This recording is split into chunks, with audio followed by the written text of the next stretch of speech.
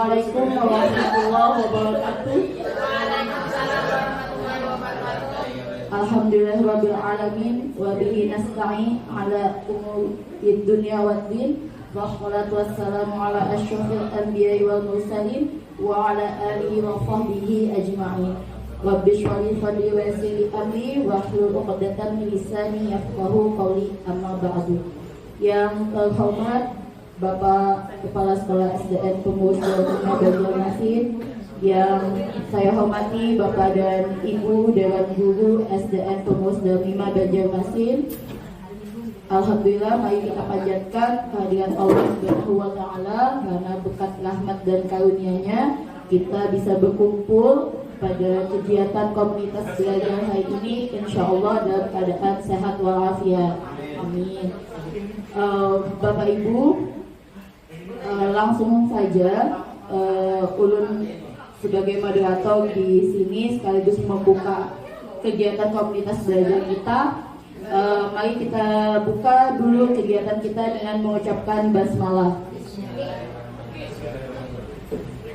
Acara selanjutnya sambutan dari Bapak Kepala Sekolah SDN Pengurus Darul Himah Banjarmasin. Dalam hal ini karena Bapak Kepala Sekolah berhalangan untuk hadir, sehingga ulun mintakan kepada yang mewakili Bapak Soleh Permana Aditya SPD, waktu dan tempat dipersilahkan.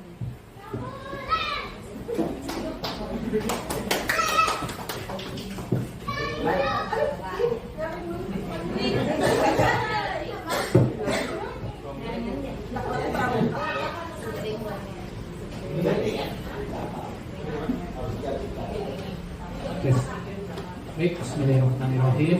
Assalamualaikum warahmatullahi wabarakatuh. Alhamdulillahirrahmanirrahim. Wassalatu wassalamu ala asrofil anbiya'i wal mursalin wa ala alihi wa sahbihi ajma'in. Amma ba'du.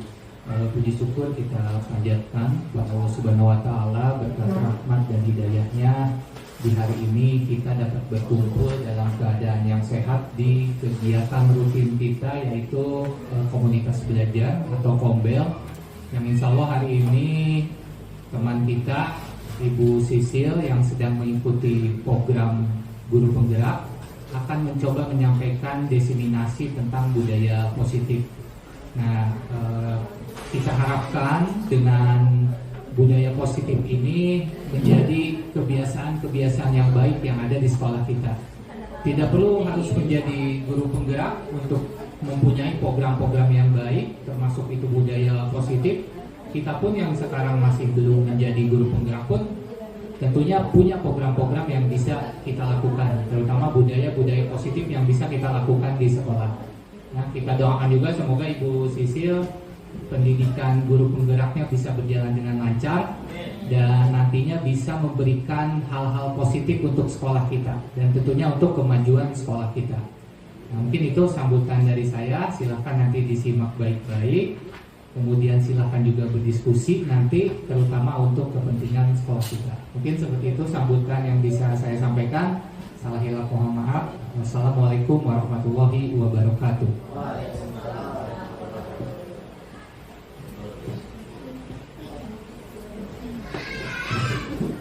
Terima kasih kepada Bapak Soleh atas sambutannya. Selanjutnya kita masuk kegiatan utama, yaitu kegiatan inti, penyampaian materi yang akan dibawakan oleh Ibu Silvina Putri SPD dengan judul tentang budaya positif. Kepada Ibu Silvina, waktu dan tempat dipersilakan. Baik Bapak Ibu, bismillahirrahmanirrahim. Sebelumnya terima kasih banyak atas waktunya Bapak Ibu sudah meluangkan waktu hari ini sesuai dengan wacana kita ya Bapak Ibu, 1 bulan 2 kali ya Kombel. Nah, jadi di awal dan di minggu terakhir bulan. Jadi di sini saya bukan bermaksud Bapak Ibu lah melajari atau apa, tapi di sini kita sama-sama belajar dan Umun juga sekaligus melaksanakan tugas Bapak Ibu. Kalau nggak ada tugas kayaknya nggak ada pacaran dulu Pak, belum dari di sini.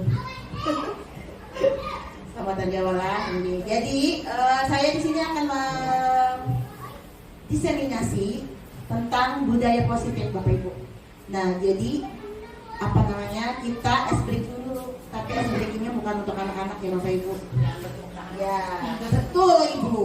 Bukan tepuk-tepuk kita, karena kita guru jangan tepuk-tepuk. Nah, jadi di sini ice breaking kita untuk guru-gurunya itu nonton video aja santai Bapak Ibu lah. Nah, relax Bapak Ibu. Kita nonton video dulu. Silakan disimak baik-baik Bapak Ibu videonya.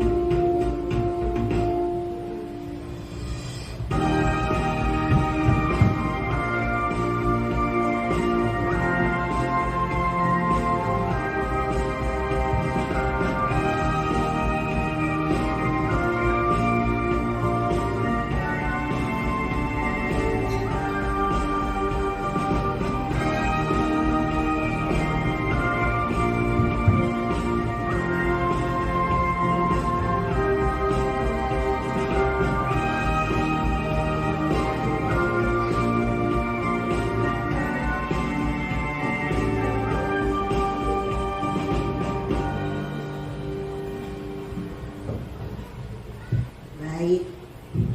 Bagaimana Bapak Ibu setelah menyaksikan video tadi? Apa yang Bapak Ibu pikirkan? Wow, kata Ibu juga. Atau kata wow. Iya Bapak Ibu. Jadi kita itu sedang menghadapi generasi abad 21. Inilah generasi-generasi yang akan kita hadapi nanti. Nah, jadi kenapa jadi pembukaannya ini Bapak Ibu? Di sini Ulun ingin mengarahkan sedikit atau memberi motivasi kepada Bapak Ibu bahwa generasi ini yang akan kita hadapi. Apalagi seperti Ulun misalnya 30 tahun lagi baru pensiun Bapak Ibu kalau panjang umur. Wow, dalam 30 tahun ke depan otomatis mungkin buku sudah tidak ada lagi. Kita akan belajar seperti tadi. Semuanya serba teknologi. Nah, jadi bagaimana Bapak Ibu supaya kita bisa mengimbangi zaman Bapak Ibu sesuai dengan filosofi Bapak Presiden Pendidikan kita Ki Hajar Dewantara, bahwa kita mengajar harus sesuai dengan kodrat dan zaman. Jadi kita tidak bisa lagi mengajar dengan mengikuti zaman-zaman yang dulu-dulu atau zaman kita dulu waktu sekolah. Dulu saya sekolah kayak gini ngajarin nggak apa-apa gitu. Jadi tidak bisa lagi Bapak Ibu, kita sudah di era digital. Nah, jadi kita sebagai guru kita yang harus berkembang lebih hebat daripada anak didik kita. Jangan sampai anak didik kita nanti yang lebih hebat, gurunya tertinggal. Nah, maka dari situ Ulun ingin memotivasi Bapak Ibu semoga nanti bisa mengikuti apapun kegiatan dari pemerintah tentang pendidikan. Misalnya salah satunya guru penggerak. Nah, Ini katanya perekrutan lagi kan Pak Soleh, angkatan 12 kalau tidak salah. Nah, mudah-mudahan guru PD 5 bisa mengikutinya nih semuanya. Amin. Ini tidak ada yang rugi Bapak Ibu ilmunya.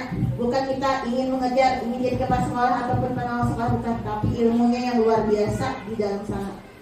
Mungkin nanti, malas, nanti menteri pendidikannya berganti, kita berganti juga. Guru penggerak ada dipakai lagi. Mungkin sambatannya kayak itu. Padahal tidak Bapak Ibu, mungkin programnya tetap diteruskan, tapi namanya yang berganti. Bisa jadi karena guru pakai atau guru sejahtera, guru apa, padahal sama programnya, cuma namanya berganti karena pimpinannya berganti. Mungkin Bapak Ibu lah yang kita harapkan itu ya terus berlanjut, guru penggerak tetap berlanjut. Nah, jadi next kita masuk ke konsep inti budaya positif itu yang akan kita bahas hari ini. Ada 7 disiplin positif, nilai-nilai kebajikan, kebutuhan dasar manusia, motivasi perilaku manusia, posisi kontrol guru, keyakinan keras, dan segitiga restitusi. Sekarang yang saya ingin tanyakan, apa itu budaya positif menurut Bapak Ibu? Kalau mendengar kata budaya positif, apa itu budaya positif? Mungkin ada yang ingin memberikan pendapat? Ibu Sopa, Ibu Menkin, Ibu Nengsi? Boleh ya, oke. Mungkin dari tulisannya sudah budaya positif, biasanya berarti pembiasaan hal-hal yang baik mungkin. Bisa. Ya, benar sekali Bu Aulia. Jadi budaya positif itu adalah kebiasaan kita dengan hal-hal yang baik. Nah, tapi apakah kita sudah menerapkan ini di sekolah, hal-hal yang baik? Apakah sudah membudaya di sekolah kita seperti itu? Apakah Bapak Wahyu sudah membudaya? Belum. Ada yang sudah belum. Oke. Nah, jadi budaya positif itu penerapan disiplin yang bertujuan untuk menumbuhkan kesadaran serta memberdayakan peserta didik tanpa imbalan. Jadi budaya positif itu jangan anak-anak jadi rajin, anak-anak jadi pintar karena ini mengharapkan imbalan dari gurunya. Kalau saya dapat 100, saya dapat hadiah. Nah, atau misalnya kalau saya tidak mengerjakan PR, saya dapat hukuman. Nah, jadi itu berarti belum budaya positif Bapak Wahyu. Nah, jadi budaya positif itu karakter kita atau karakter anak didik kita tanpa ada imbalan, tanpa ada ancaman atau hukuman. Jadi dari dirinya sendiri. Nah, sebagai pendidik, tujuan kita adalah menciptakan peserta didik yang memiliki disiplin diri sehingga mereka berperilaku mengacu kepada nilai-nilai kebajikan, universal, dan memiliki motivasi intrinsik. Nah, jadi motivasi intrinsik ini motivasi dari dirinya sendiri. Jadi dia ingin pintar karena dirinya sendiri, bukan iming-iming ditukarkan iPhone misalnya dengan orang tua, bukan iming-iming seperti itu. Nah, jadi dalam perubahan perilaku ke arah yang lebih baik. Apa saja nilai kebajikan yang sudah Bapak Ibu terapkan di kelas ataupun di sekolah? Nah, nilai-nilai kebajikan itu bisa saja profil pelajar Pancasila, yang ada di profil pelajar Pancasila atau hal-hal yang lain. Apa saja kira-kira Ibu Nancy di kelas Ibu?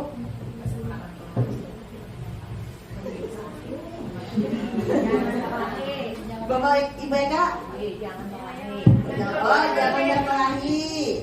Nilai-nilainya berarti nilai kebajikannya akur kayak gitu pula. Rukun nilai kebajikannya. Ya, apalagi Bapak Wahyu? Menjaga kebersihan, benar sekali nilai-nilai kebajikan. Nah, jadi nilai-nilai kebajikan itu banyak Bapak Ibu. Kalau berdasarkan kurikulum kita yang sekarang, itu beriman berdasarkan profil pelajar Pancasila. Kita sudah tahu apa isinya profil pelajar Pancasila.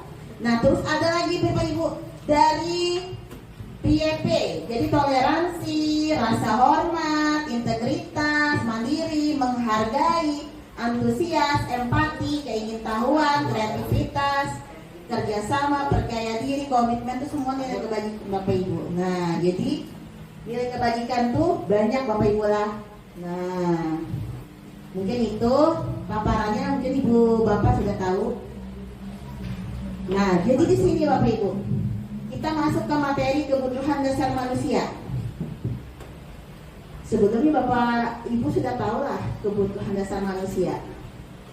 Atau ini hal yang baru Bapak Ibu dengar, atau mungkin pernah mengikuti pelatihan webinar tentang kebutuhan dasar manusia.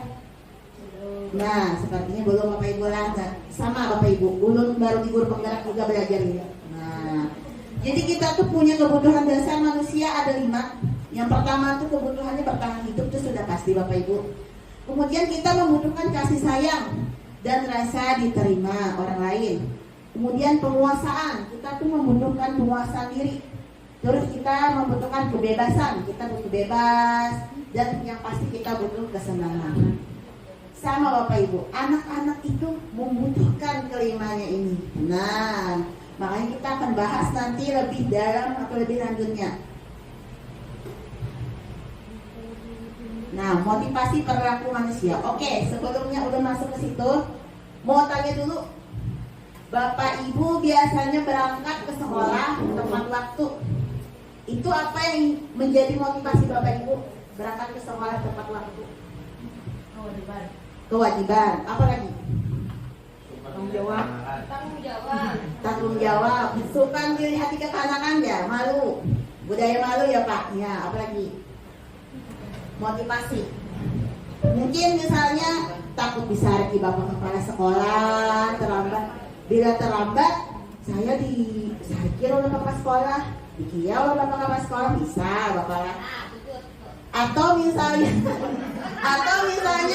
kalau saya tepat waktu datang, saya akan diberi gelar sama bapak kepala sekolah menjadi guru yang teladan, guru yang berprestasi mungkin. Nah, apakah ada di dalam diri Bapak Ibu terbesit seperti itu?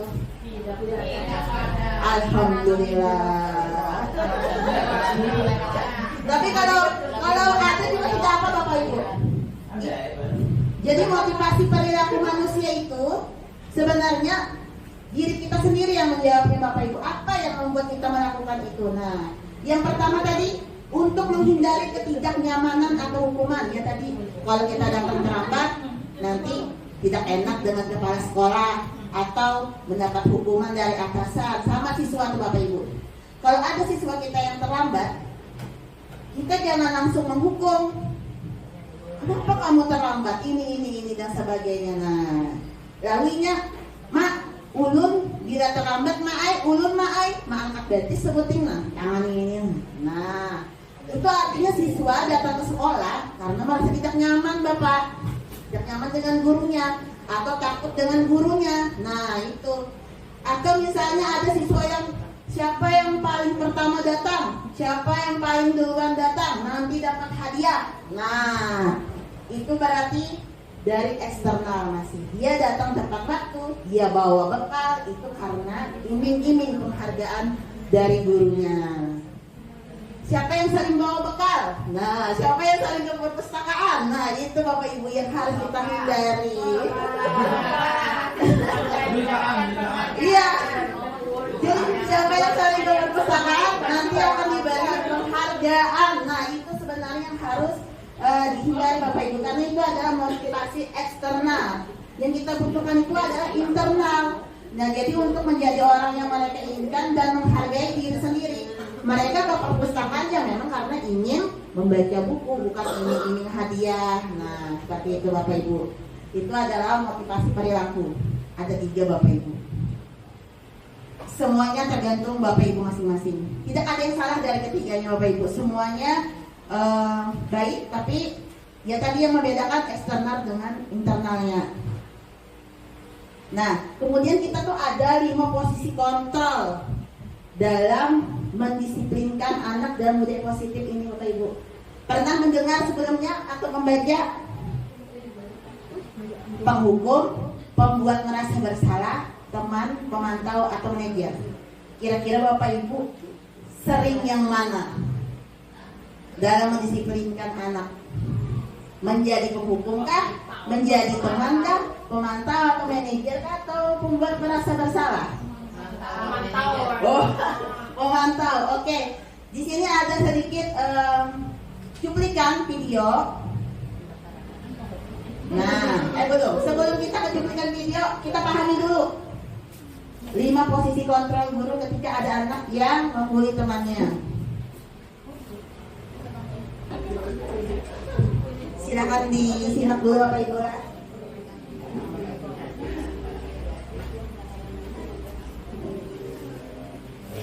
Naren, sini kamu. Ini contoh ketika kita menjadi seorang penghukum. Selalu terlambat. Kamu deh, pasti terlambat. Maaf Bu, saya Apa? Apa coba? Alasan kamu apa lagi? Kapan sih kamu tidak terlambat? Malas sekali ya kamu jadi anak. saya Dasar pemalas. Gak kapok-kapok sih kamu. Sudah berapa kali terlambat? Sana, kamu keliling lapangan basket 2 kali. kenapa saya harus ke lapangan basket Bu? Kenapa? Kamu melawan ibu. Berani-beraninya jawab. Sudah terlambat, masih berani jawab pula. Sekarang, keliling lapangan basket 5 kali sekalian. Biar kapok. Pergi sana ke lapangan basket. Ini posisi pembuat merasa bersalah. Bagaimana ketika kita di posisi pembuat merasa bersalah?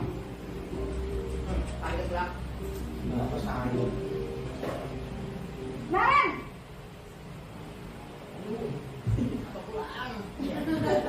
Apa Bu? Naren. Kamu kenapa terlambat lagi, nak?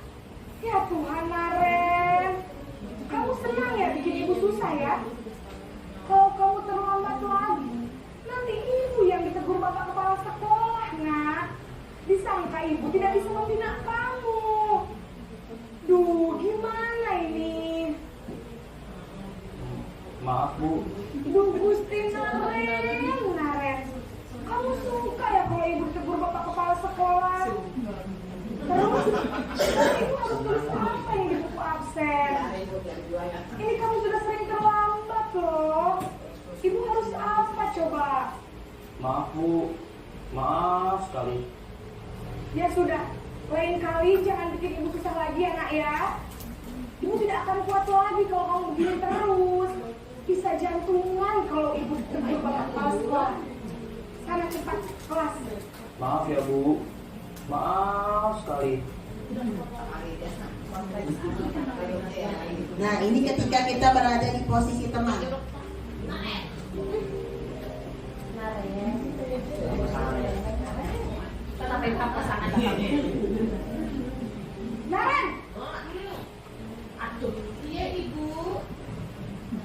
Selamat pagi Bu. wah, sudah jam berapa ini nak? Terlambat lagi ya sayang.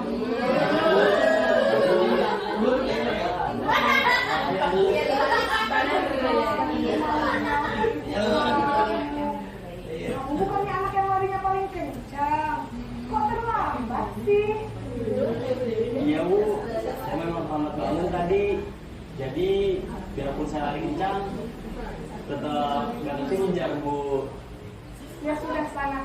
Nanti lain kali larinya lebih kencang lagi ya. Biar gak terlambat lagi.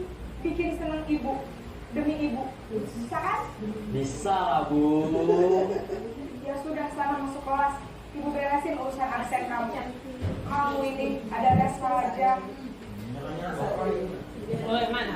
Nah, ini pemantau yang Bapak Ibu pilih tadi. Ketika kita di posisi ini.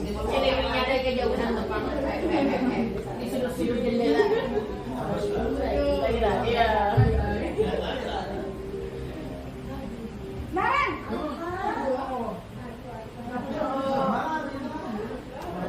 Selamat pagi Bu.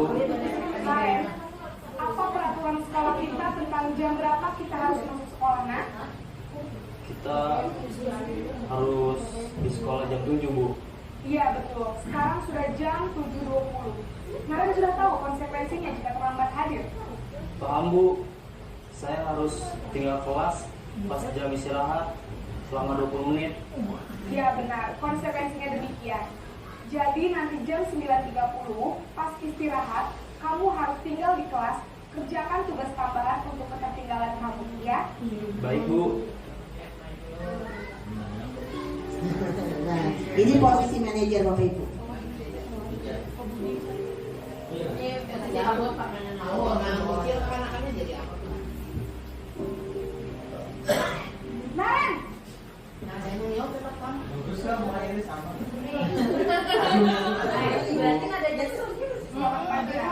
Naren. Maaf Bu, saya terlambat. Iya, sekolah masuknya jam 7, sekarang sudah jam 7.20. Jadi sekarang bagaimana ini Naren? Maaf Bu, saya lupa setel alarm saya semalam. Baiklah, menurut kamu, keyakinan sekolah yang mana yang perlu kamu tingkatkan? Menghargai diri sendiri dan orang lain mungkin ya Bu. Setuju. Jadi, apakah Naren meyakini prinsip saling menghormati tersebut? Iya Bu, saya meyakininya. Apakah Naren bersedia memperbaiki masalah keterlambatan ini? Bersedia Bu. Bagaimana kamu akan perbaiki masalah keterlambatan ini? Saya akan coba untuk tidak lupa menyetel alarm saya Bu. Baik, kalau Naren sudah menyetel alarm di rumah, ada orang yang kira-kira bisa bantu mengingatkan tidak? Ada Bu, kakak saya, Kak Emma. Ada lagi selain Kak Emma? Selain Kak Emma, ada ibu saya. Baik, jadi yang mengingatkan Naren adalah Kak Emma dan ibu kamu ya. Kira-kira akan mulai setel alarm kapan nih Naren? Setelah pulang sekolah, akan segera saya lakukan. Baik, jadi Naren akan setel alarm untuk bangun besok pagi dan akan diingatkan oleh kakak dan ibunda Naren ya. Ada lagi yang mungkin perlu dilakukan Naren agar tidak terlambat bangun lagi? Tidak ada Bu. Baik Naren, terima kasih untuk kerjasama kamu. Sekarang kamu perlu kembali ke kelas untuk belajar. Baik Bu, terima kasih.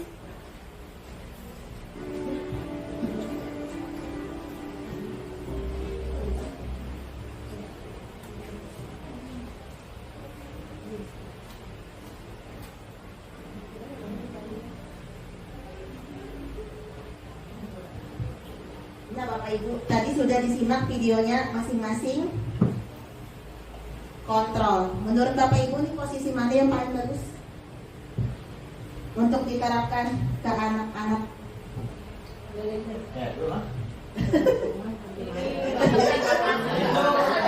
Nah, itulah Bapak Ibu. Kita pasti akan mengatakan anak kalau tidak dihukum nanti tidak disiplin. Anak kalau tidak seperti ini nanti tidak ini. Sama Bapak Ibu. Saya baru belajar juga di guru penggerak.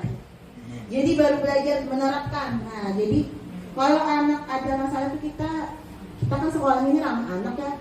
Bapak Buneng, itu waktu Bapak Mujib ya, kita punya semboyan ramah anak. Nah, bagaimana itu ramah anak?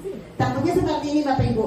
Ketika ada kontrol dari dinas ramah anak itu ke sekolah, kemudian mewawancara siswa kita, bagaimana sih gurumu menegurmu atau gurumu perlakuan?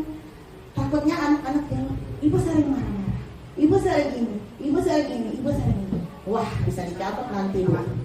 Nah, ramah anak ini. Iya, kita nih ramah anak Bapak Ibu. Maka dari itu penghukum ini sudah tidak boleh lagi, haram hukumnya Bapak Ibu kita. Misalnya ada anak-anak yang membuli temannya, kamu ini nakal, bodoh atau apa seperti apa, tidak ada lagi ibu menegur anak seperti itu. Apalagi sampai membuat anak itu trauma. Traumanya itu takutnya tidak mau lagi turun ke sekolah. Traumanya tuh mau pindah sekolah, takut ketemu sama gurunya. Itu yang tidak diharapkan Bapak Ibu dari posisi kontrol guru ini. Nah, itulah budaya positif yang ada di sekolah kita, yang harus kita perbaiki dan harus kita refleksi.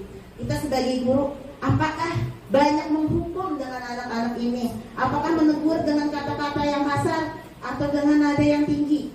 Nah, itu jangan lagi Bapak Ibu. Kita jangan lagi menegur anak-anak. Sini kamu, sini. Jangan lagi Bapak Ibu.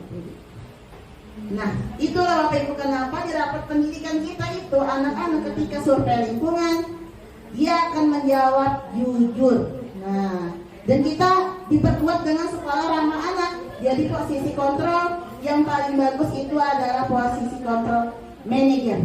Nah, Kenapa jadi guru penggerak itu banyak diangkat jadi kepala sekolah? Ya memang karena mereka dilatih dan belajar tentang posisi kontrol ini. Bagaimana nanti menghadapi anak buah, guru-guru yang beragam seperti ini Bapak Budi. Misalnya kayak Ulut sering terlambat, bagaimana Bapak Sanusi misalnya membijaki, atau misalnya Ibu Mei sering datang tepat waktu atau apa, bagaimana mereka seperti itu. Jadi kepala sekolah itu tidak ada lagi yang menegur dengan nanti saya gantung di tiang bendera. Atau misalnya kalau kamu terlambat lagi saya gantung di tiang bendera. Itu sangat-sangat kata-kata yang tidak perlu diucapkan apalagi kepada seorang gurunya. Ya, bagi anak-anak ya Bapak Ibu, kita ini Bapak Ibu yang namanya guru itu adalah pelayan anak-anak. Kita pelayan. Jadi anak-anak itu yang harus kita layani.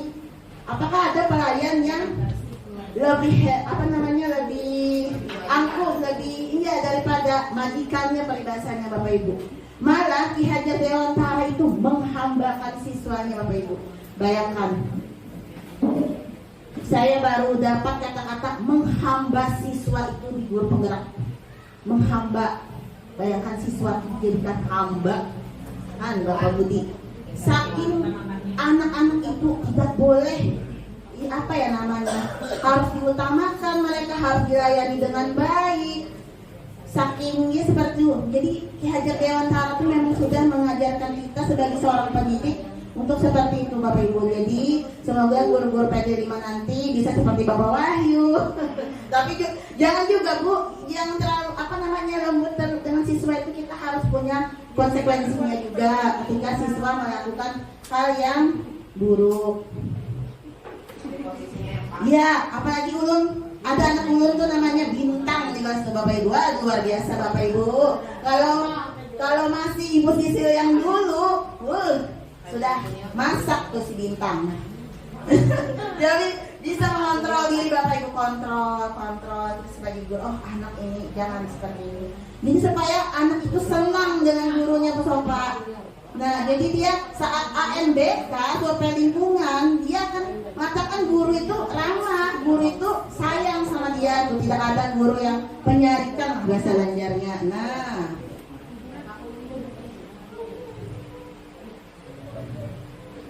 Nah, posisi kontrol ketika anak membuli temannya Bapak Ibu. Kalau kita misalnya sebagai penghukum, kira-kira kata-kata apa yang akan kita keluarkan untuk anak yang membuli temannya? Siapa yang ingin memberi contoh? Misalnya Bapak Herdi, si Anu membuli Ulun. Kira-kira Bapak Herdi bagaimana tuh meresponnya jika Bapak sebagai penghukum? Sebagai penghukum Bapak? Penghukum lah. Iya, harus penghukum dulu. Memberikan contoh dampak buruknya dulu, hasil dari perbuatan. Maksudnya Bapak menegur anak tersebut. Anggaplah namanya misalnya Andi yang membuli temannya itu. Kalau penghukum langsung bawa anaknya ke lapangan. Karena bentuknya seperti penghukum, si siswa tadi saya bawa ke lapangan dulu. Di tengah-tengah lapangan itu kan dilihat sama seluruh siswa. Itu bentuk hukuman aja. Inilah sosok siswa yang melakukan kesalahan. Jadi itu ya. Gitu. Ya, benar sekali Pak Herdi. Apa hukuman yang Bapak beri kepada anak itu jadinya hukuman verbal ya? Dia merasa hukuman itu dipermalukan Bapak. Nah, itulah Bapak dampak dari penghukum. Misalnya anak yang membuli, Pak Wahyu menegur si Andi tadi misalnya, Andi, karena kamu sudah membuli teman, maka hari ini Bapak hukum dapat PR 100 soal misalnya. Nah, itu sudah namanya penghukum Bapak. Otomatis dia, kayak ini ada salah lagi sekolah dah mengerjakan PR misalnya. Kemudian misalnya di posisi merasa bersalah tentang kasus anak membuli tadi, kira-kira kata-katanya seperti apa Bapak Ibu? Kalau ulun bercontoh tuh misalnya dia suka membuli temannya, jadinya kamu ini membuli teman lagi, nanti mamanya Andi marah lagi sama ibu. Nah, jadi kita melibatkan nama orang lain Bapak Ibu. Kayak tadi kan, nanti bapak kepala sekolah marah sama ibu. Nah, itu namanya membuat merasa bersalah, kita melibatkan orang lain. Misalnya kita menegur Andi tadi, nanti mamanya si Anu marah sama ibu, kamu katanya yang sering ini. Nah, itu namanya membuat merasa bersalah. Jadi itu yang harus kita hindari Bapak Ibu lah juga. Kemudian posisi kontrol teman, apalagi teman nih Bapak Ibu. Nah, kayak apa Bapak Ibu? Bapak Ibu juga bisa memberikan contoh posisi kita sebagai teman ketika kita menegur anak yang membuli temannya.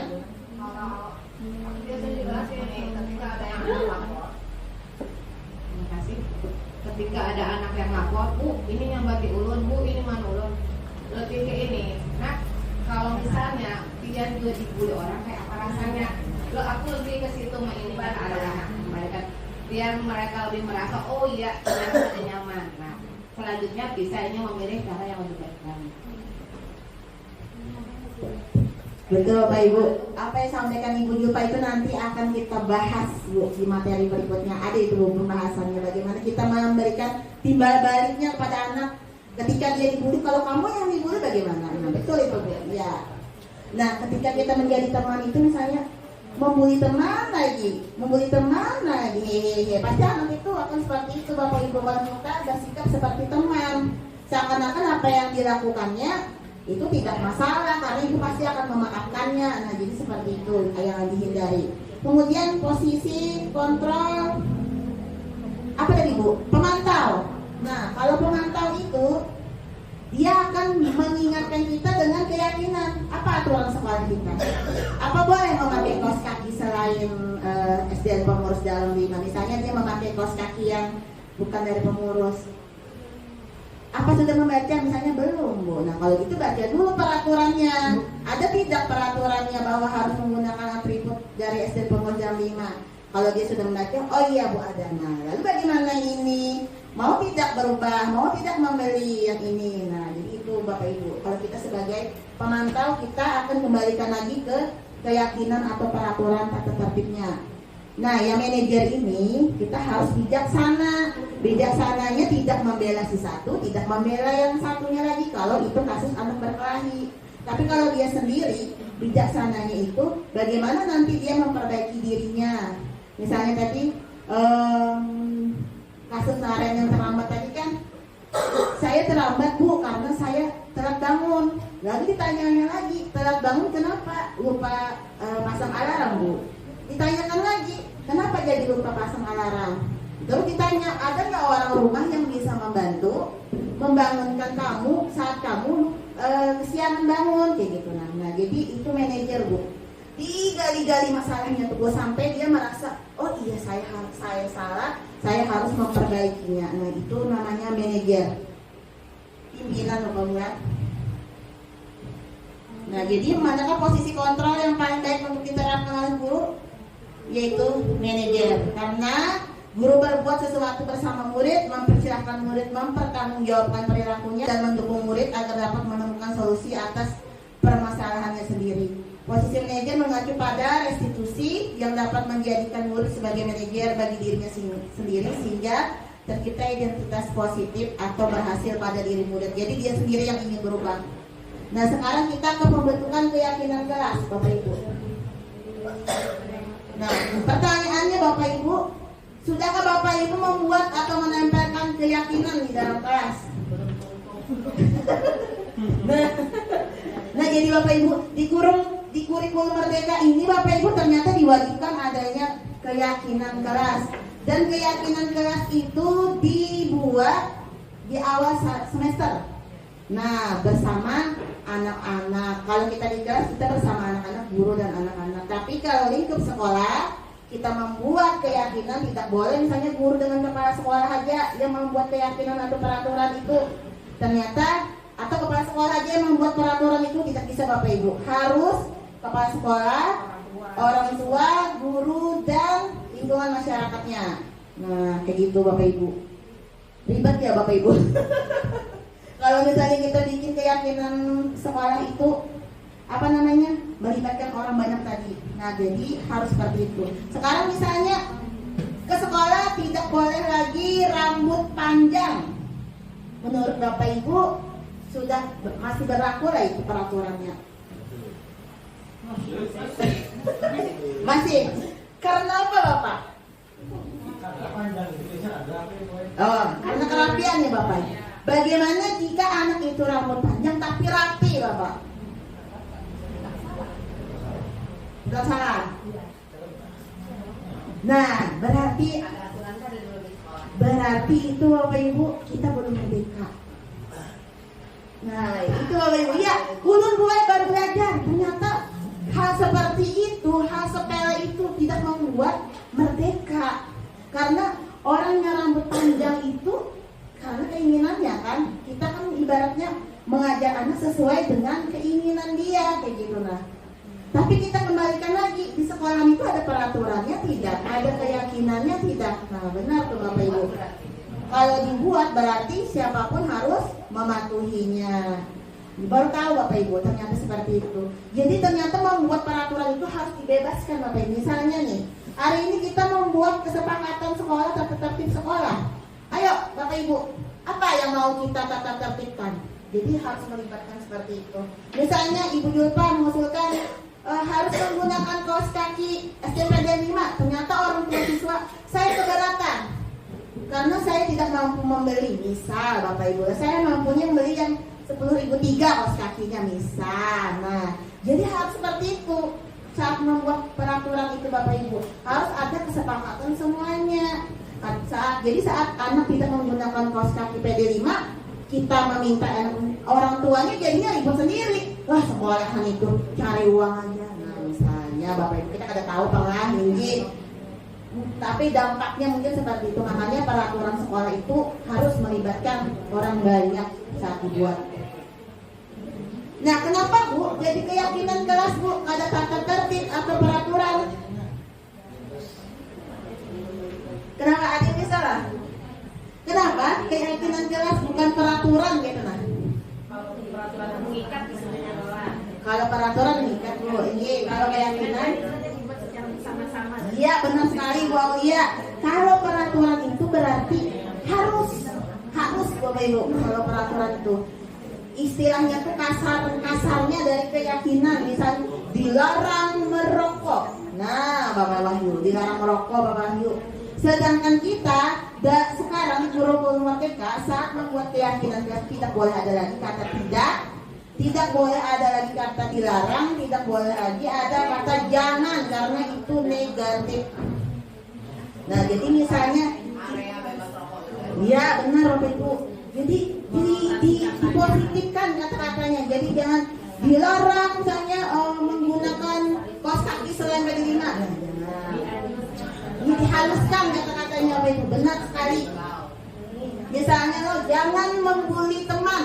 Nah jangan ada lagi peraturan kita membuat jangan membuli teman, tapi dihaluskan kata-katanya. Saling menghargai dan menyayangi sesama teman. Jadi masuk di situ Bapak Ibu pembulian apa kayak gitu. Nah ini kayak itu Bapak Ibu.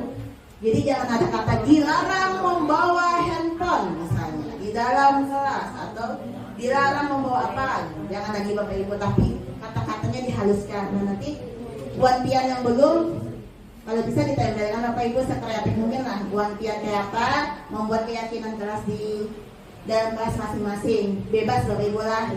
Cuma katanya tadi jangan ada kata tidak, dilarang, dan jangan. Jangan sampai ada kata-kata yang lebih. Takutnya Bapak Ibu kalau kepala sekolah kita yang hanya guru penggerak, pas dipantau Bapak Ibu jangan kelas ada tidak punya keyakinan kelasnya nih. Iya, mana nih keyakinan kelasnya takutnya seperti itu Bapak Ibu. Jadi memang kurikulum Merdeka kita harus punya keyakinan. Tapi lupa Bu, seharusnya tadi sebelum diskusi ini kita ada keyakinan. Iya Bapak Ibu lah. Nah jadi saat membentuk keyakinan kelas itu abstrak, kemudian pernyataan universal dibuat dalam pernyataan positif sedikit saja agar mudah diingat, sesuai dengan kondisi kelas dan sekolah sehingga mudah diterapkan. Semua warga sekolah atau warga kelas dilibatkan. Nah saat membuat keyakinan kelas atau sekolah, siapa tahu ada yang protes. Ulang gue anak bawa HP aja. Nah ubahlah kata tidak jangan dilarang menjadi positif. Nah, kita lanjut ke materi terakhir nih Bapak Ibu. Segitiga restitusi. Nah, ini yang paling penting. Jadi kita dalam menerapkan budaya positif, kita harus menggunakan segitiga restitusi ini. Tadi dari 5 posisi kontrol tadi Bapak Ibu kita menerapkan ini. Yang pertama itu menstabilkan identitas, kemudian validasi tindakan yang salah, menanyakan keyakinan. Ini hal baru atau mungkin sudah pernah mendengar, sudah pernah belajar Bapak Ibu? Ya sama Bapak Ibu, bukan ya juga. Baru pertama kali ya. Jadi luar biasa Bapak Ibu ilmunya yang di pendidikan ini luar biasa. Nah, menstabilkan identitas itu berdasarkan prinsipnya. Jadi menstabilkan identitas itu adalah bagian dari proses pembelajaran. Ketika anak itu melakukan kesalahan, dijadikannya pembelajaran Bapak Ibu lah. Nah, jadi ini ada contoh video kasus bagaimana kita menstabilkan identitas siswa.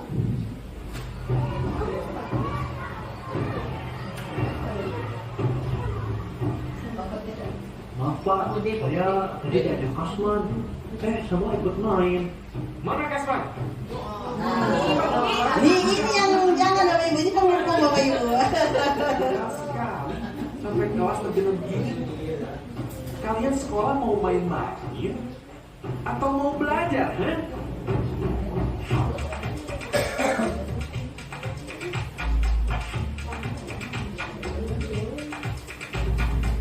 Ibu dan Bapak Guru, mari kita membayangkan kelanjutan cerita pendek.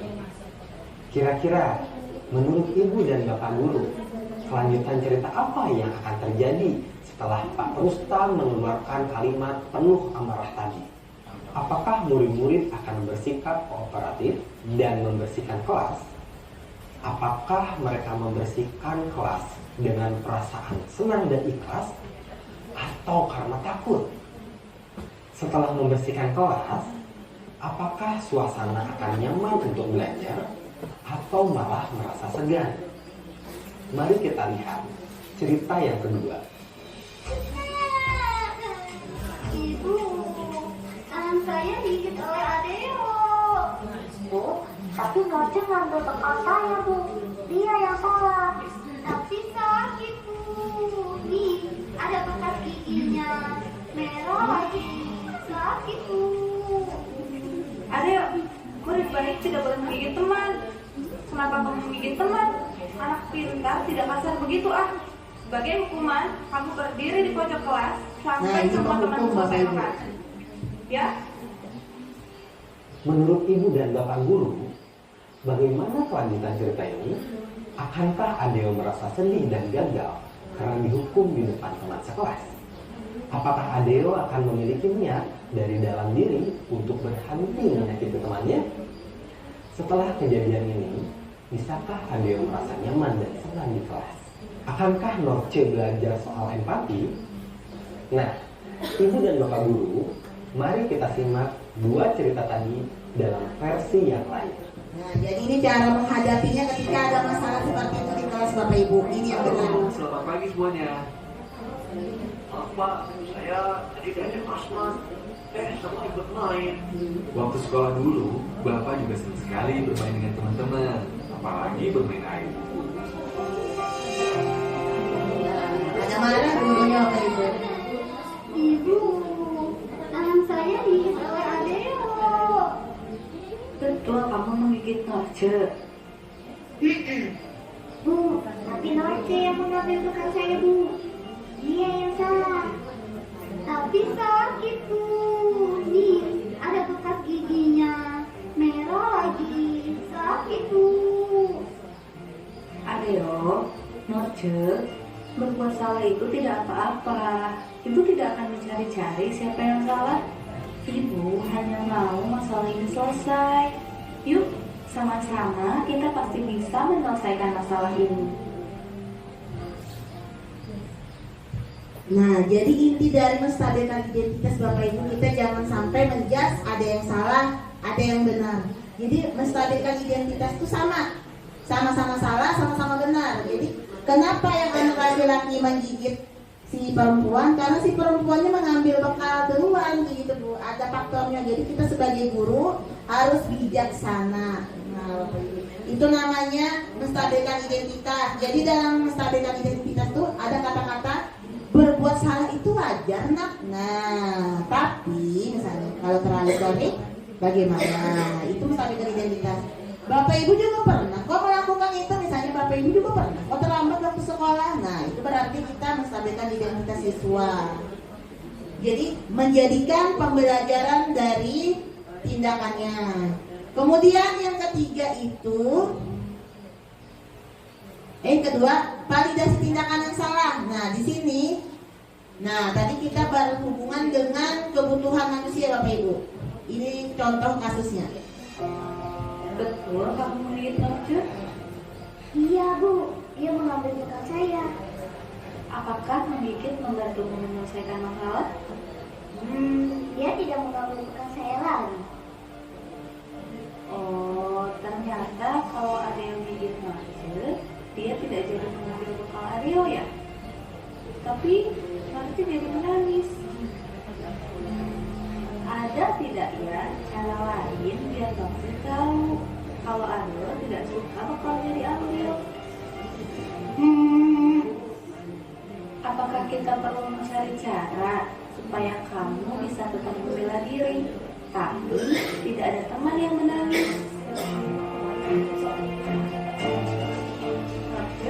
Betul, kamu mengambil bekal Aryo? Betul Bu. Ibu yakin kamu punya alasan kenapa kamu melakukan hal itu? Adeo bukannya lucu kalau saya mengganggunya. Memang senang ya kalau melihat teman memiliki berbagai macam ekspresi lucu. Tapi Adeo tampaknya terganggu. Dia jadi menggigit. Apakah kamu mau membuat orang lain terganggu dan jadi melakukan hal buruk? Nah, jadi validasi tindakan yang salah itu Bapak Ibu, gurunya itu memvalidasi bahwa tindakan itu sebenarnya salah, gitu kan. Kenapa dia menggigit temannya itu salah, tapi ada alasannya. Ternyata kebutuhannya perempuan itu mengambil bekal anak laki-laki ini karena melihat muka lakian itu lucu, Bapak Ibu. Itu alasannya kenapa dia jahil. Nah, sedangkan kita nanti langsung memarahi anak, padahal kita tidak tahu kebutuhan anak itu apa.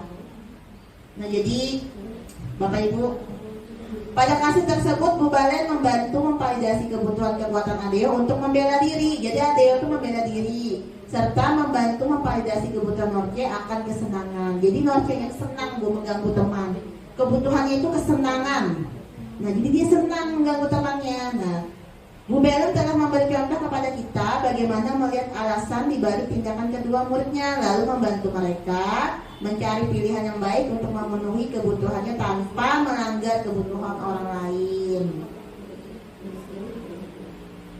Yang terakhir ini menanyakan keyakinan. Ini sisi ketiga dari segitiga restitusi.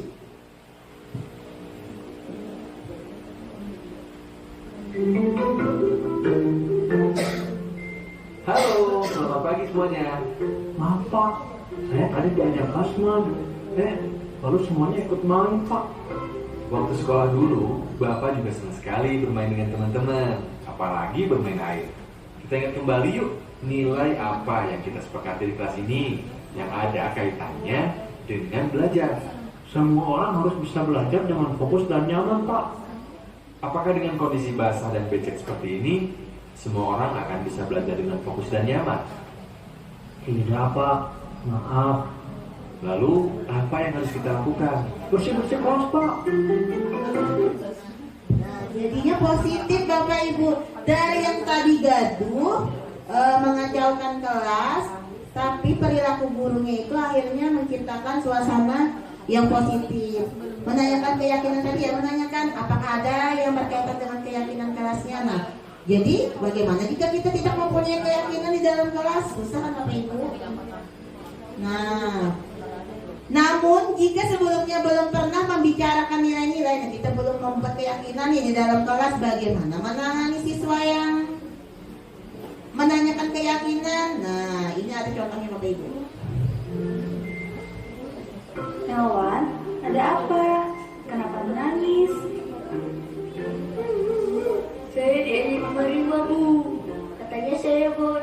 tidak bisa membaca. Marima, betul kamu mengejek Melwan. Dia memang tidak bisa baca kan, Bu? Marima, kamu ingat tidak? Kemarin kamu cerita pada ibu dan teman-teman, cita-citamu ingin jadi apa? Jadi polisi, Bu. Keren. Kamu mau ingatkan ibu lagi? Kenapa kamu ingin jadi polisi? Karena bisa menangkap penjahat, bisa melindungi semua orang. Menurutmu, apakah mengejek Melwan membuat Melwan merasa terlindungi? Tidak, Bu. Dia nangis. Betul. Lalu, harus bagaimana ya supaya Melwan merasa terlindungi?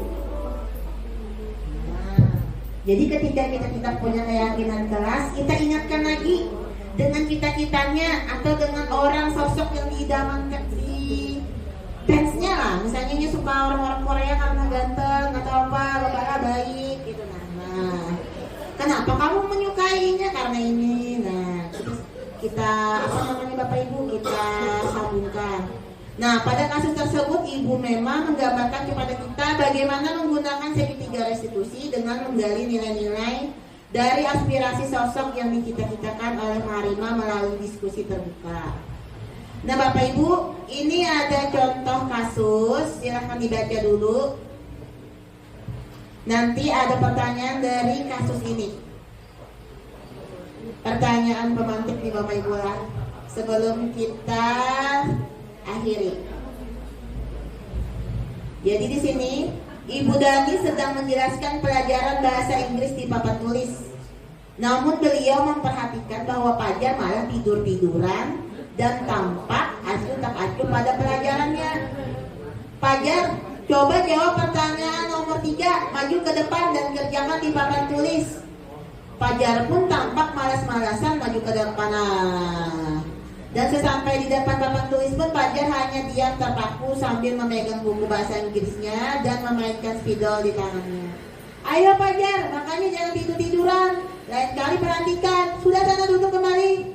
Kira-kira siapa yang bisa ya? Fajar pun kembali duduk di bangkunya. Hal seperti ini sudah sering kali terjadi pada Fajar. Jadi rancak Fajar tuh kayak itu. Nah, sepertinya tidak memperhatikan acuh tak acuh dan nilai-nilainya pun tidak terlalu bagus untuk pelajaran bahasa Inggris. Pada saat ditegur oleh Bu Dani, Fajar hanya menjawab tidak tahu Bu. Ibu Dani pun menjawab, gimana kamu Fajar? Kamu gak kasihan sama ibu ya? Ibu sudah capek-capek mengajarkan kamu. Nah ini tadi teori kontrol membuat merasa bersalah. Tidak kasihan sama ibu dan Fajar pun dia membisu. Nah, jadi pertanyaannya Bapak Ibu, posisi kontrol apa yang diambil oleh Ibu Dani dalam pendekatannya kepada Fajar? Tadi sudah jawab.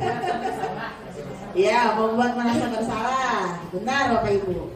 Kemudian membaca sikap Fajar, kira-kira kebutuhan apa yang diperlukan Fajar? Tadi ada 5 kita kebutuhan dasarnya. Ada bertahan hidup, kesenangan, penguasaan. Apa tadi Bapak Wahyu lagi?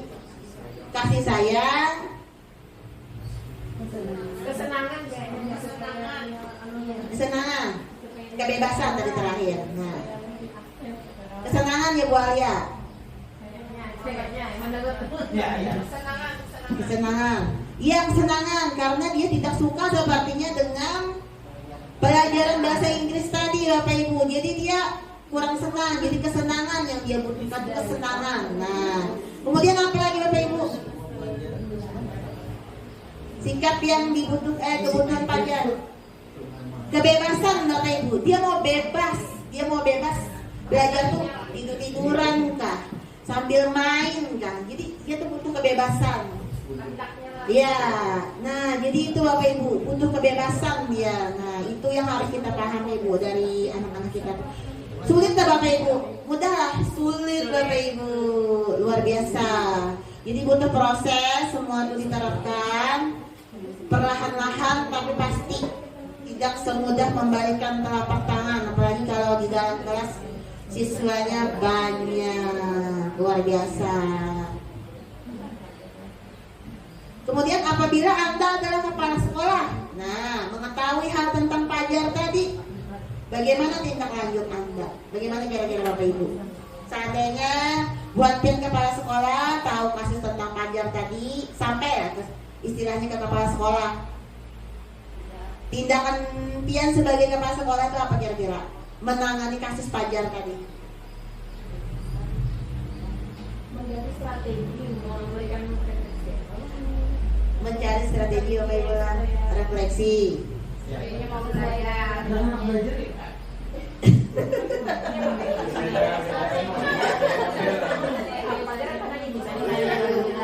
Misalnya ya kan anak uring-uringan. Iya, uring-uringan. Jujur Pak Aeng, bisa aja loh Pak. Kita di tiap kelas pasti ada Pak Aeng. Semua pelajaran boleh.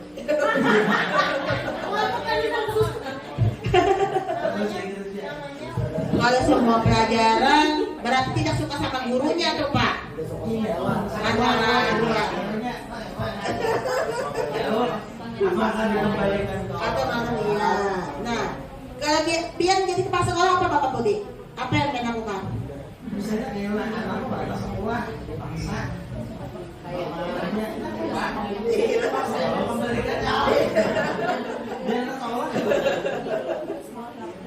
Bujur belum Pak ya? Iya. Jadi sebenarnya Bapak Ibu setiap kasus kita di dalam kelas ataupun sekolah itu jangan sampai ke kepala sekolah dulu. Misalnya ada kasus di kelas sekolah itu jangan sampai dulu ke kepala sekolah. Kita selesaikan dulu antara guru dan siswa tersebut. Nah, kalau tidak ada jalan keluar antara guru dan siswa, kemana Bapak Wahyu? Ke orang tua, benar. Saat kita tidak berhasil antara kita dengan siswa, maka kita akan melibatkan orang tuanya. Saat kita tidak punya solusi lagi, tidak ada jalan keluar lagi ketika ada bersama orang tua, maka yang terakhir kepala sekolah. Kadang kita ngira, ada masuk sedikit, langsung ke kepala sekolah. Jadi kepala sekolahnya pusat. Jadi artinya gurunya tidak mandiri menyelesaikan masalah Bapak Ibu. Kita kada berhasil jadinya mendidik anak kita. Nah, atau misalnya kita diskusikan di Gombel. Nah, kayak apa sih cara menangani anak yang ini nih? Nah, kalau SMP SMA itu mereka ada guru BK. Nah, jadi ketika guru dan siswa di dalam kelas atau wali kelas dengan murid tersebut tidak ada solusi, mereka ke guru BK. Kalau di guru BK tidak berhasil, ke orang tua. Kalau di orang tua tidak berhasil, ke kepala sekolah. Kalau tidak berhasil lagi kemana Bapak Ibu? Ke psikolog Bapak Ibu, jalan terakhir. Berarti ada yang salah nih Bapak Ibu. Karena sudah di mana-mana itu sudah berhasil, otomatis orang yang paling hebat adalah psikolog. Ya, tanya jawab Bapak. Baik, alhamdulillah berarti materi yang disampaikan oleh Ibu Silvina, kita beri tepuk tangan dulu untuk Ibu Silvina. Masya Allah luar biasa materi yang beliau berikan. Kita masuki sesi tanya jawab. Silakan Bapak Ibu yang ingin bertanya bisa mengacungkan tangannya. Mungkin 3 dulu kah Ibu Silvina? Pertanyaan diterima. Satu dulu ya boleh. Silakan Ibu Aulia.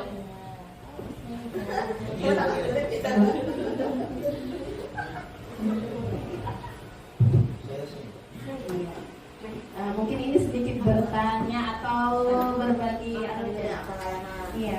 Kan tadi kalau di kurikulum Merdeka ini kan kita membuat kesepakatan kelas tadi di awal. Tadi kan ada juga dari konsul guru, ada yang hukuman. Kan misalnya kita dari awal tadi sudah membuat kesepakatan, misalnya nih di kelas ulun di awal sudah membuat kesepakatan, misalnya contoh kalau buang sekolah ada anak yang tidak mengangkat kursi, biasanya misalnya 1 orang, otomatis besok harus membantu temannya pikir. Itu sudah sepakat anaknya, sudah ditanya juga mau hukumannya apa yang apa. Jadi itu termasuk hukuman kah atau diperbolehkan kah dalam kurikulum Merdeka tuh, atau termasuk hukuman kayak itu atau apa? Karena itu kan kesepakatan bersama awalnya tadi. Tadi kan ada hal yang hukuman, misalnya itu memberi hukuman lawan anak lah kita tuh. Oh maafin. Oh iya. Ini paham Bapak. Itu dari guru. Langsung jawab aja mulai. Ini boleh tuh, itu namanya selama itu positif. Jadi kan misalnya tadi membantu membersihkan kelas, otomatis kan positifnya kelas jadi bersih kayak gitu. Nah, jadi ibarat efek jerahnya tuh buai ada kayak gitu. Nah, sama Bu Aulia ulungnya juga. Misalnya kan tidak banyak sampah di kolong meja. Nah, lalu ulun tuh sepakati lagi orang anak-anak ini misalnya Jaruno ada sampah di meja teman, kira-kira diapain kawannya nih kayak gitu. Nah, diapain? Denda buai 2.000. Nah, sepakat kan denda 2.000 kada buai, balik PR aja. Ya. Misalnya pian bang yang membuang sampah, siapa yang dibalik PR Jarun kayak apa? Kada jadiin buai. Nah, jadi kada jadi. Jadinya tuh kayak mempertimbangkan buai ya. Ini jangan gitu, ya kan aku nah yang membuang sampah sembarangan, jangan gitu. Lalu Bu Aulia, ringan-ringan aja ya. Nih, jadi membuang bila ada sampah di bawah meja dan 1.000 aja, 1.000. Bantu. Bila ada temannya, kan kesepakatannya bantu jangan berkata kasar tuh Bapak Ibu. Jadi bersikap dan berbicara dengan sopan kayak gitu kan. Jadi jangan Nah, jadi apa konsekuensinya kalau ada teman-temannya Mas? Tadi sauki apa ya harus sendiri. Apa konsekuensinya aja? Buai, dia denda 5.000 ya. Jangan duit jing jadi lu bos ya. Dia sanggup yang habis jalun kayak gitu enggin. Ibu lah janganlah. Jadinya tuh mempertimbangkan konsekuensinya gitu. Jadi dia tuh sebenarnya tak terjauh bang buai enggin. Jadi jangan lupa ngapain kesalahan kata kasar. Menulis buai ya, menulis banyak ya, gue siapin ada jadi boleh jadi boleh tuh bapak anak buai itu konsekuensi, tapi jangan sampai kita bila kadang membawa buku berdiri di depan kelas atau bila kadang membawa buku dapat PR 110 soal. Nah itu kan artinya menyakitinya. Nah jadi menambahi gaulianinya ibaratnya kan kayak kawanannya pada ada PR ini kok PR seorangan Bapak Ibu. Nah jadi jangan itu, kita konsekuensinya tuh yang ringan-ringan saja Bapak Ibu. Apalagi anak kelas rendah nih maginya. Maginya tuh yang ngomong sepatu aja ya. Oke, untuk ulun melihat, ulun kira tadi hendak pandang ke dalam rak soalnya. Jangan imbas sepatu. Naris aja ulun. Siapa itu? Luar biasa, Ibu Sari. Masya Allah, luar biasa tuh Boy. Ulun kayaknya kelapahan tuh. Berdua Bu Ai. Nah, iya. Materinya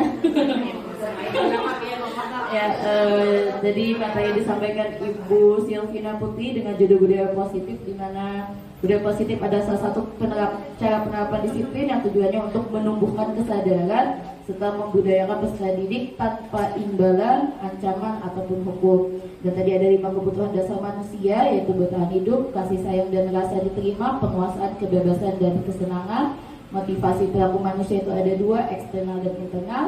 5 posisi kontrol guru, yaitu penghukum, membuat merasa bersalah, teman, pemantauan, dan manajer. Dan yang paling baik di antara 5 posisi kontrol guru tersebut adalah manajer. Baik, untuk mengakhiri kegiatan komunitas belajar kita pada hari ini, ulun ingin meminta tolong kepada Bapak Muhammad Budiman SPD untuk membacakan doa Pak, agar kegiatan kita hari ini juga menjadi berkah dan semoga mendapatkan pahala dari Allah Subhanahu wa Ta'ala. Kepada Bapak Budi, waktu dan tempat dipersilakan.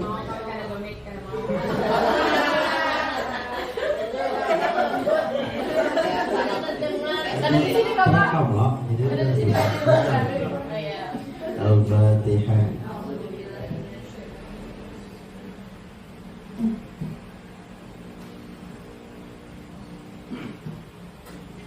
Bismillahirrahmanirrahim. Alhamdulillahirabbil alamin. Wa shalli wa sallim ala sayyidina Muhammadin al-amin wa ala alihi wa sahbihi ajma'in. Allahumma ighfir lana dhunubana wa liwalidina warhamna wa rabbana sallallahu wa li jami'il mu'minina wal mu'minati wal muslimina wal muslimat bi rahmatika ya arhamar rahimin. Allahumma ij'al jam'ana hadha jam'an marhaman wa farraqna ba'da farraqan ma'suma. Allahumma ij'alna wa dhurriyyatina min 'ibadika as-salihin min awliyaika al-muttaqin bi rahmatika ya arhamar rahimin. Rabbana hab lana min azwajina wa dhurriyyatina qurrata a'yun waj'alna lil muttaqina imama. Allahumma barik lana fima razaqtana wa qina 'adzaban nar. Sallallahu ala sayyidina Muhammad wa ala alihi wa sahbihi wa sallam.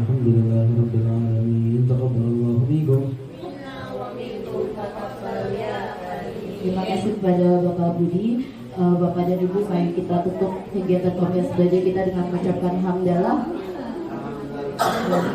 Ulun selaku moderator dan juga mewakili pemateri mengucapkan terima kasih atas perhatiannya. Mohon maaf apabila ada kekurangan dan kesalahan kata. Wabillahi taufiq wal hidayah. Wassalamualaikum warahmatullahi wabarakatuh.